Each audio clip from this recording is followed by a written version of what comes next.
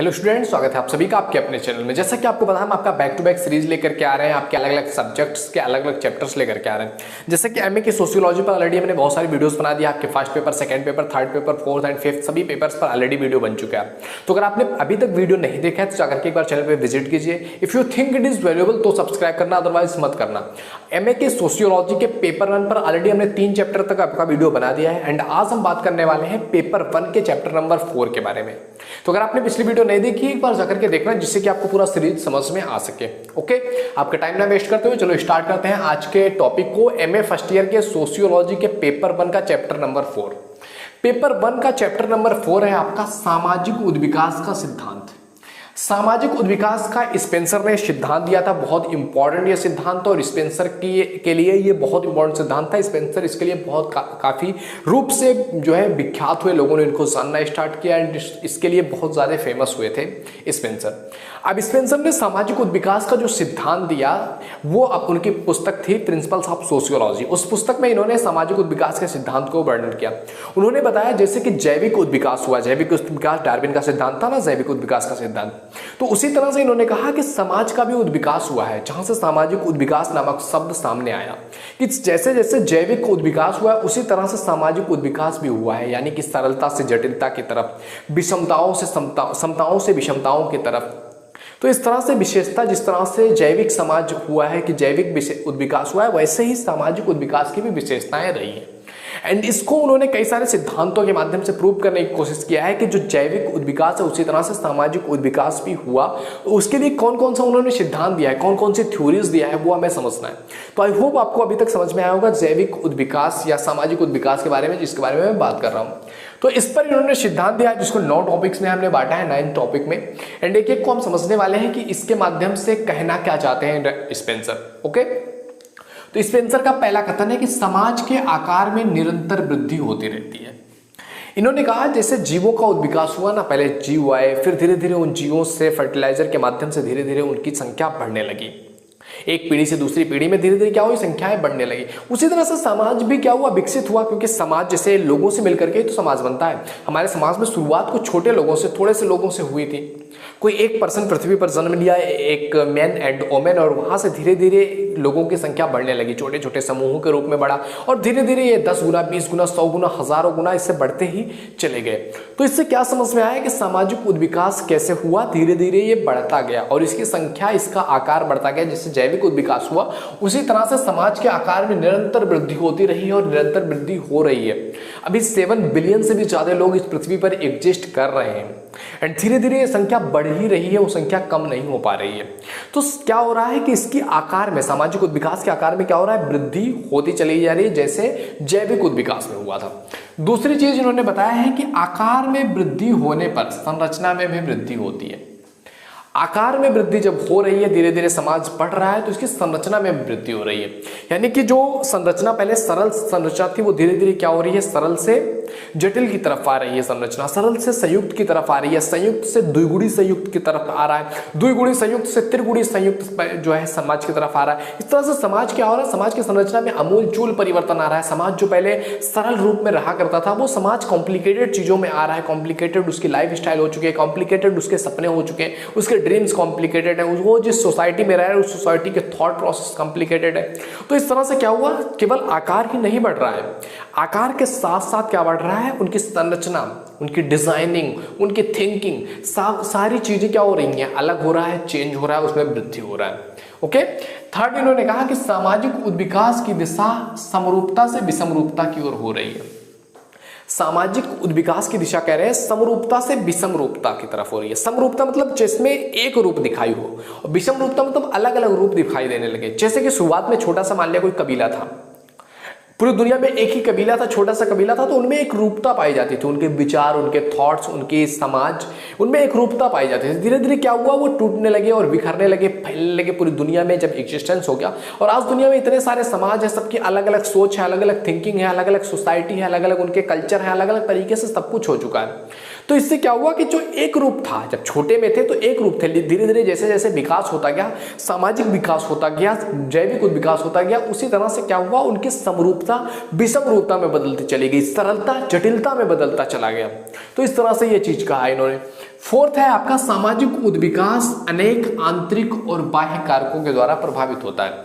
जो सामाजिक उद्विकास है ये तमाम तरह के आंतरिक कार्यों की वजह से कारक, बाह्य कारक, जैसे कि बाह्य कारकों में अगर बात करोगे तो हो गया आपकी जनसंख्या, हो गया आपकी वृद्धि, हो गया आपका मिट्टी, जलवायु, आसपास का एटमॉस्फेयर, ये सारी चीजें। आंतरिक कारकों में बात करेंगे तो ज्ञान हो गया, आंतरिक कारकों में विज्ञान हो गया, अध्यात्म हो गया, ये सभी चीजों के माध्यम से भी क्या हो समाज में ये अमूलचूल परिवर्तन लाते हैं।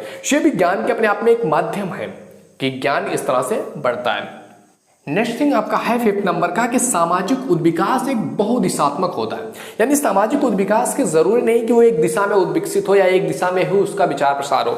सामाजिक उद्विकास कभी कभी एक तरह से भी होता है, यानी कि कुछ लोग पार्ट में टूट करके एक जैसे क्षेत्र में जाते हैं, एक रेखीय क्षेत्रों में जाते हैं। ये कभी कभी होता है अलग अलग पार्ट्स में टूटते हैं, वो भी अलग अलग पार्ट्स में टूटते चले जाते हैं। तो इसमें क्या हुआ, कोई फिक्स नहीं है कि वो एक रेखीय ही जो समरूपता है वो बढ़ेगा, वो अलग अलग तरह से भी जा सकता है। तो बहुदिशात्मक भी हो सकता है सामाजिक उद्विकास। अगला है विभेदीकरण के कारण विस्तार का नियम। विभेदीकरण के विस्तार के नियम देखो, धीरे धीरे क्या हो, विभेद मतलब क्या होता है, भेद होना, अलग अलग होना। तो समाज जैसे कि पहले छोटा सा एक रूप में था, धीरे धीरे समाज बड़ा होता गया, समाज टूटता गया, अलग अलग समाज का अपना अपना अलग अलग सिस्टम, अलग अलग कल्चर, अलग अलग तरह के नए नए क्षेत्रों में वो विकसित करते चले गए।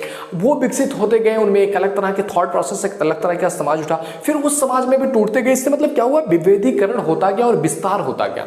टूटे विस्तार हुआ। मान लिया उन्होंने कहा कि हम यहाँ नहीं रहेंगे, हम दुनिया में अलग अलग और भी जगह ढूंढते हैं जहाँ पर हम रह सकते हैं, जहाँ पर हमें और बेहतर फैसिलिटीज मिल सकती हैं। तो इस तरह से अलग अलग प्रोसेस चलता रहा, विभेदीकरण होता रहा, टूटते रहे और अलग अलग जगहों पर, अलग अलग क्षेत्रों में विस्तार होता गया। इस तरह से सामाजिक उद्विकास काम करता है। अगला है पृथक्करण का नियम।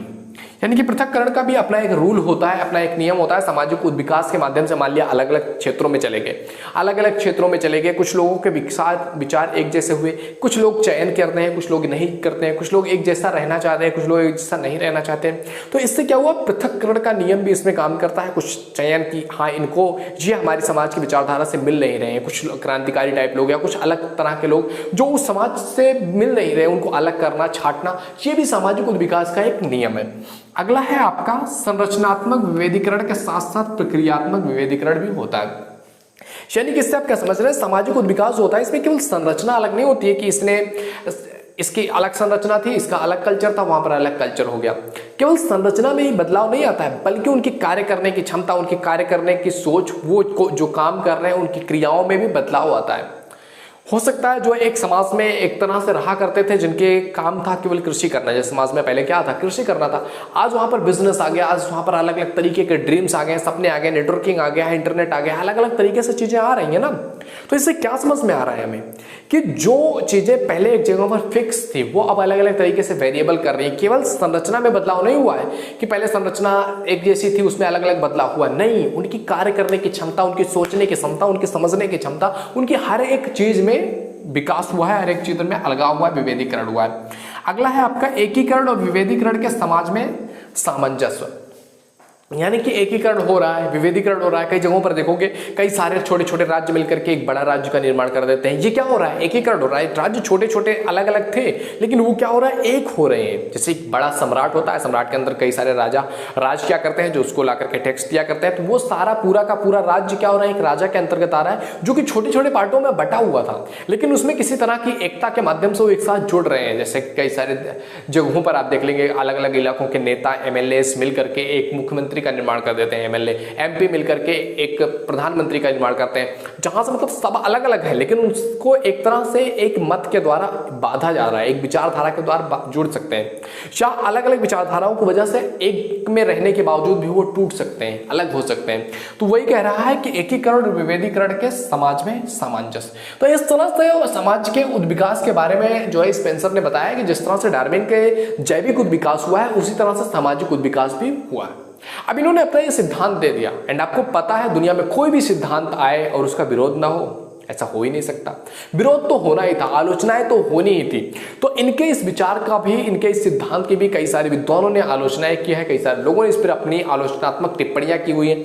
उसमें आओ मैं आपको दिखाता हूं। इसमें सबसे पहले टिप्पणी करते हैं कि स्पेंसर ने सामाजिक उद्विकास का जो क्रम दिया है वो आवश्यक नहीं है कि हर समाज अनिवार्य रूप से उसी तरह से गुजरे। जैसे कि स्पेंसर ने सामाजिक विकास का सिद्धांत दिया है कि पहले सरल समाज रहेगा, उसके बाद संयुक्त समाज बनता चला जाएगा, उसके बाद द्विगुणी संयुक्त समाज बनेगा, फिर त्रिगुणी संयुक्त समाज बनेगा। तो कहने का अर्थ ये क्या करें आलोचना में कि स्पेंसर ने जो सामाजिक विकास का जो क्रम दिया हुआ है, शेड्यूल, जरूरी नहीं है कि हर समाज उसको उसी क्रम में उसी वे में फॉलो करे, इस तरह से क्रिटिसाइज किया है। दूसरा विद्वान कहते हैं इस पर कि उद्विकास के चरण भिन्न भिन्न समाजों में उनकी परिस्थितियों के कारण अलग अलग हो सकते हैं। इन्होंने कहा है कि उद्विकास जो हुआ है, समाज में उद्विकास हुआ है, वो अलग अलग समाजों में अलग अलग तरीके से हो सकता है। जरूरी नहीं है कि सभी समाजों में एक जैसा ही प्रोसेस हो। अलग अलग समाजों में उनकी स्थितियां किस तरह से है, क्या वो किसी किसी समाज में होता है बहुत ज्यादा टाइम तक एक तरह के रूप में रहते हैं। अभी आप उठा करके देख लोगे, चाइना को देख लो, आप उठा करके देख सकते हो नॉर्थ कोरिया को, जहां अभी भी तानाशाही है। इतना सब कुछ होने के बावजूद भी दुनिया इतना चेंज हो गया, फिर भी वहां पर तानाशाही है। तो जरूरी नहीं है कि हर जगह सेम पैटर्न काम करे। तो सामाजिक उद्विकास के जो चरण है ये अलग अलग समाजों में उनकी परिस्थितियों के कारण अलग अलग हो सकते हैं। तीसरा चीज है इस पर अपना विचार रखते हुए आइगर खान कहते हैं कि स्पेंसर ने एकीकरण में जो विभेदीकरण की अवधारणाओं का प्रयोग तो किया है, लेकिन परिभाषित नहीं किया, जो कि स्पष्ट नहीं हो पाता है। ये कह रहे हैं कि स्पेंसर ने एकीकरण और विभेदीकरण की तो बात की है कि हाँ, कुछ समाज एक जैसे मिल जाते हैं, कुछ समाज मिलने के बावजूद भी अलग अलग हो जाते हैं, अलग अलग तरह का व्यवहार करते हैं। तो उन्होंने ये बात तो रखी है, लेकिन इसको अच्छे तरीके से परिभाषित नहीं किया, जिससे कि अस्पष्टता आ सके, मतलब कि कहना क्या चाहते हैं, किस तरह से एकीकरण, किस तरह से विभेदीकरण, इस तरह की अस्पष्टता में देखने को नहीं मिलती है। इसलिए उनके विचार से ये इत्तेफाक नहीं रखते हैं कौन, आइगर खान। इसी पर अपना विचार रखते हुए, यानी कि इसी की आलोचनात्मक करते हुए दुर्खीम कहते हैं कि स्पेंसर की इस बात से वो सहमत नहीं है कि जब समाज समरूपता की स्थिति में होता है तो वो अस्थिर होता है। स्पेंसर क्या कह रहे हैं, जब समाज एक समरूपता की स्थिति होती है, यानी कि सभी एक जैसा मानते हैं, तो वो अस्थिर रहता है, बहुत जल्दी उसको टूटना ही होता है। तो दुर्खीम कह रहे हैं ये चीज मुझे समझ नहीं आ रही है। वे ऐसे समाजों के सामान्य विश्वासों और व्यवहारों के प्रचलन के कारण अधिक संगत और अस्थायी मानते हैं। दुर्खीम कहते हैं कोई समाज अगर एक जैसे विचारधारा के साथ रहे, एक जैसे मानसिकता के साथ रहे, एक साथ रहे, एकीकरण में रहे, तो उनकी स्थिरता तो बढ़नी चाहिए, उनके बीच विश्वास हो, जो व्यवहार हो, इनका प्रचलन अधिक जो है एक जैसा होगा, तो उनके अंदर टिकने की क्षमता, स्थिरता और अधिक बढ़नी चाहिए, ऐसा दुर्खीम का मानना है। तो इस तरह से कहते हुए इन्होंने स्पेंसर के जो ये विचार हैं उसकी उन्होंने अवहेलना की है।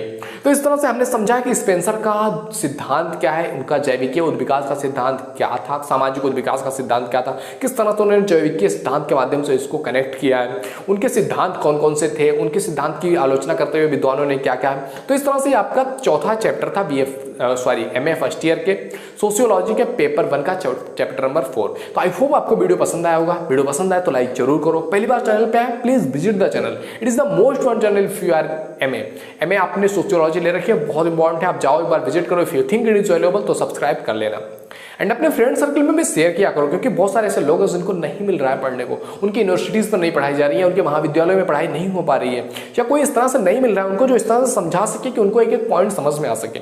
एंड आई होप इस वीडियो के माध्यम से आपको एक चीज क्लियर हुआ होगा, तो जरूर शेयर करो ताकि उनको भी इससे हेल्प हो सके। ओके, मिलते हैं आपसे अगले वीडियो में, तब तक के लिए जय हिंद, जय Bharat, thank you, bye bye.